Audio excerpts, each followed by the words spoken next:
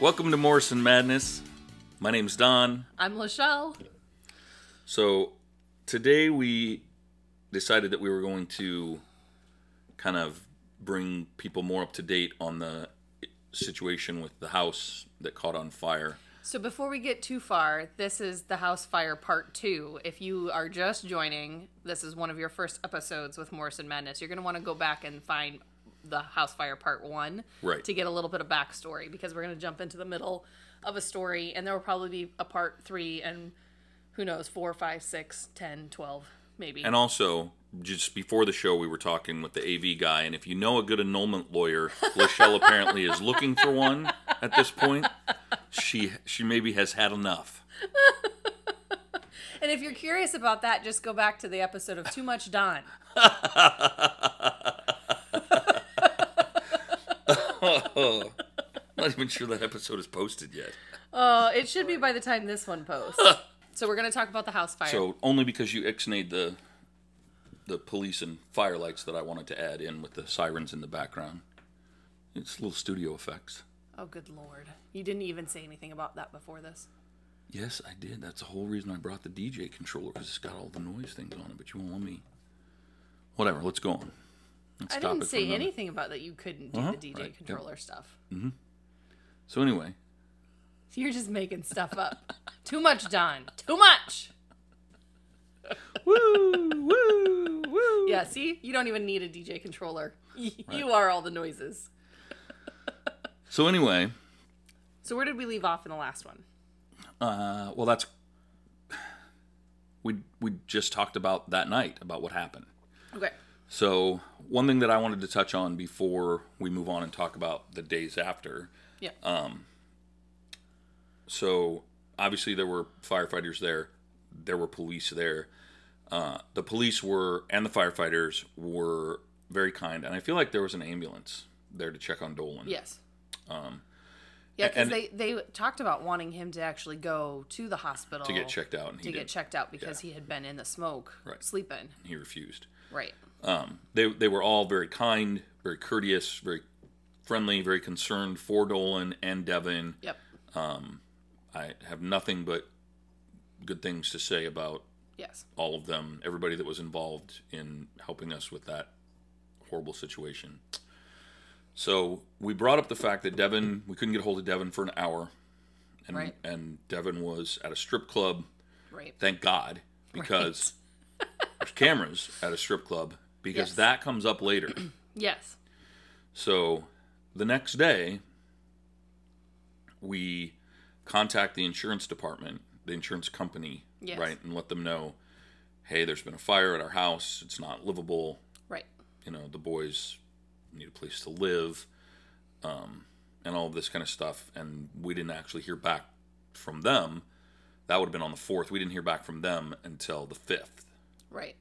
And even at that point, and this is something that still surprises me to this day, and I have no qualms at this point calling out the insurance company. It's Partners Insurance. Yeah. No, I think they deserve to be called out. So it's been a nightmare. they not one time did they offer to put the boys up in a hotel, to get them an apartment. Nothing. Nope. So the boys, or even say, go find something and we'll reimburse you, or you just need to send us this paperwork and we'll take care of the cost, which is what's included in our insurance on the house. So the boys shuffled around for several weeks, and then, not several weeks, for a week. Yeah. And then I finally said, you can't be doing this. I'll put you up in a hotel, and then there's a long stay hotel here nearby. And then we'll figure out how to get reimbursed from the insurance company. Right. And something that should have been a weekly thing with them reimbursing us every week until this thing was settled, they didn't pay us that stuff for 3-4 months. Right. Yes. So we had to foot the bill for the boys staying in a hotel for 2 months. A little over 2 months, I think. Yeah. Yeah. I mean, just ridiculous. I think it was like 10 weeks or 11 weeks they were in the hotel. And then there's other things that came up that they had to leave the hotel. Right. Even though they shouldn't have had to leave the hotel, they should have been able to stay until the house was fixed and they could move back into the house. Yeah. But the house still isn't fixed, and it's over a year and a half later. Again, we're jumping ahead, but it's been a nightmare. Yes. So the insurance adjuster sets up a meeting, and we go over and walk through the house with him, and he is immediately trying to get us to go through the room where the fire had been and move stuff and do an inventory, and the house hadn't been released by the fire department. Correct. We weren't even supposed to really be in it. Like, they said we could walk through it with the insurance guy just so he could look at stuff, but we weren't supposed to touch anything. Right, and he kept insisting that it was fine, that we needed to do this right now. We needed to do this right now. Yes. To the point where I said, absolutely not. In fact, I'm not even comfortable being in the house anymore until I have something in writing. It was so weird. It was like he was trying to get us to do something to void the entire thing. Yes. I'm pretty sure he was. I really do.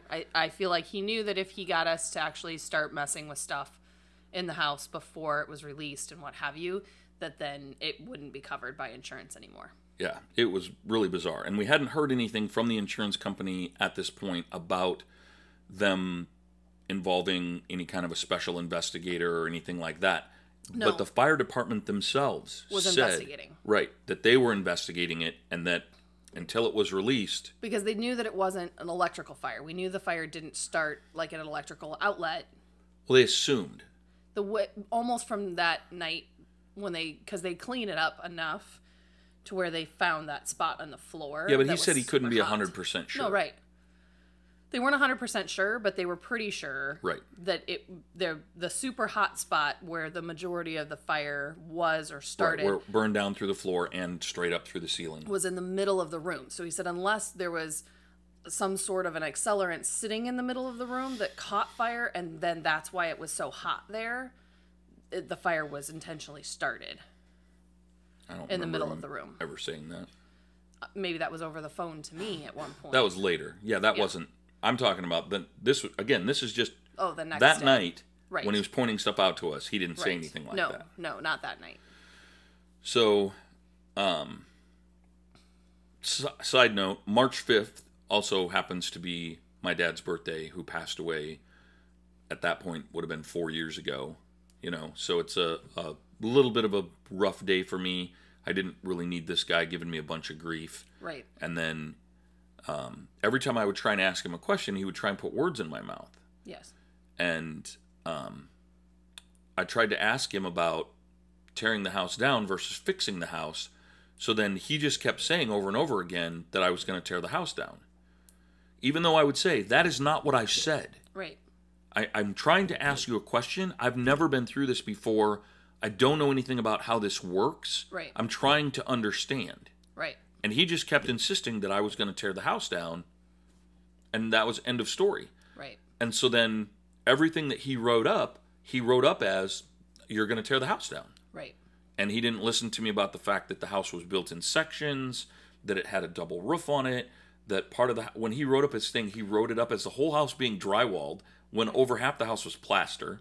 Right. I mean, so much stuff that he left out of his, right.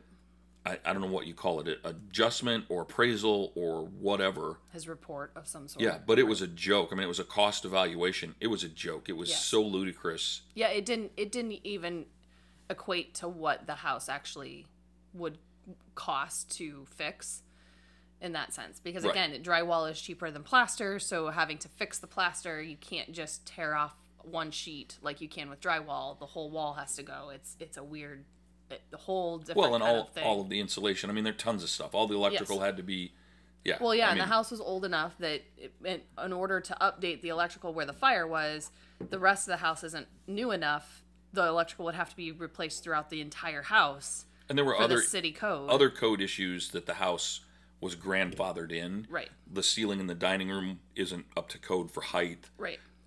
There was a step down into the dining room that's like 2 inches. There was a step up from the hallway to the kitchen that's like 2 inches. Right. Lots of little things like that that were nowhere in his report at all.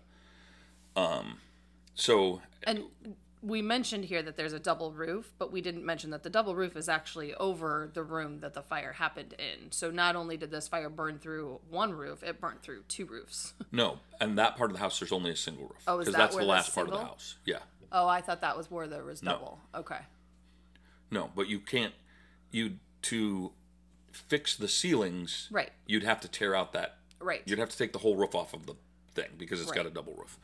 So we're dealing with all of that, trying to get any of it to make sense, and the guy's just being a complete jerk about it, and I'm still trying to deal with all of the other stuff, and then he keeps insisting, oh, you've got to hire a cleaning company, restoration company, right?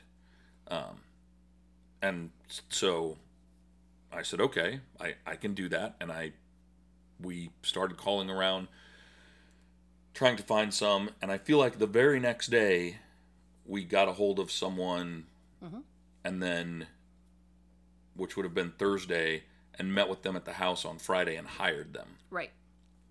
And then, so they were taking care of stuff, boarding up the windows. Yeah, because he said on Friday that even though the next day was a weekend, that they would come either that night or the next day and board up the windows, but they wouldn't start working on the inventory component of stuff until Monday. Right. And we said, well, that's completely understandable. But he was like, yeah, we'll get the stuff boarded up either tonight or tomorrow first thing. And so the next week, they were in there going through stuff. Anything that was salvageable, they were loading it up and taking it someplace to clean it or do whatever it is they do with it. And me and the boys were going through stuff and trying to write up inventory on stuff. And then on that Friday, which would have been the 13th. Right. That's when I got... Well, Friday night, you had that... You started getting the migraine, and on Saturday, you went to the hospital. Right. And I don't remember Saturday. Right. I woke up in the hospital, had COVID. Right. Sunday diagnosed with COVID. So then I'm in the hospital, and this insurance adjuster is calling me and harassing me. Yes. Telling me I've got to get somebody over to that house. You needed to go over to the house. You needed to come to the house immediately. Right. And that I needed to get the windows boarded up and get all of this stuff done, and all of this stuff. And I'm like, I already hired somebody. Right. He couldn't get it through his head that I had already hired somebody and that all of that stuff was already done. Correct. I mean, he called me like 3 times on Sunday. Right. And then was calling me again Monday morning when I was in the ICU. Right. I got to the point where I finally just hung up on him and I wouldn't answer his calls anymore. Right. And then when I came home from the hospital, I had to call the insurance company, and the person that was over him with the insurance company, a guy named Scott Schuster, who from the minute I got on the phone with him was combative, argumentative, insulting, attacking, accusatory. He actually accused me of starting the fire to try and make money off of it somehow. He fought with me about this adjuster. Yes. And I said, I won't work with this adjuster, and I don't have to. I said, I'll call the insurance commission. I'm not going to work with this adjuster. You can assign a different adjuster to this case. Well, and he got mad at you because you wouldn't go over to the house, too. Right. And I finally got on the phone, and I said, what part of this are you not getting? He has the coronavirus. We are in quarantine. We are not allowed to leave our house. It is illegal for us to leave our house right now. Yeah, the Department of Public Health sends you like this 8-page document thing. Yes. Says if you leave your house, you can and will be arrested. Yes. I'm like, it was serious shit. Yes, we cannot leave our house. It is illegal for us to leave our house. It's not illegal for you to leave your house. Yes, it is illegal for us to leave our house. We are in quarantine. We have hired another company to go in and do the restoration stuff and going through inventory. And we gave them the company's name and their information. Yes. I mean, the whole thing was just ludicrous. Yes. And I said, the adjuster is lying to you. He's not telling you the truth. All of that has already been done. We were working on stuff last week before he got sick. All of that has been started. We just can't go do it now ourselves. So it's going to get delayed because we can't go anywhere for at least 2 weeks. And then he finally calmed down a little because I got mad at him, I think. And he wasn't used to somebody talking back. I think that really was the big part. Well, I mean, the crazy thing was that he was yelling at me the entire time. He was. And then he kept saying, don't yell at me. Right. I'm like, I'm not yelling at you. You're not listening to me. Yeah. I mean, The whole thing has just been bizarre. And every phone conversation with this guy has been this way. Yes. So... He's very condescending immediately when he talks to you. Yes. And then he's... Not cruel. What's the term that I'm trying to come up with? Rude. I mean, it's condescending and rude, and then he accuses you of stuff consistently. Yeah, and he's constantly attacking. Backhandedly accusing you of things. Yes. Yes. And he's constantly attacking the client, basically, for him. Because clearly he doesn't want to have to pay the claim. I don't know if he has a bonus structure that's set up on not having to pay. But if that's the way Partners is set up, then it's a bad system. Yes. Because then they're not actually there for their customers. Well, and it got to the point in one of the next phone calls with him, I feel like it was the second or third phone call, it got to the point where finally I said, you know what, I'm done talking to you. Yes. I want to talk to your boss. And he screamed at me, there's nobody above me. I'm the final decision. There's nobody above me that you can talk to. I'm like, holy crap, you own the company? And, then he didn't know what to say to that. Right. But then he wouldn't let me talk to his boss. Right. I mean, it was insane. Right. I can't imagine any place that I have ever worked, if I had a boss above me and they said, I want to talk to your boss. Yeah, there's no delay on that. You just say, okay. Yeah. Move on. It was insanity. But it was until the following week. So I had been in the hospital for 3 days. I'm home, sick as could be.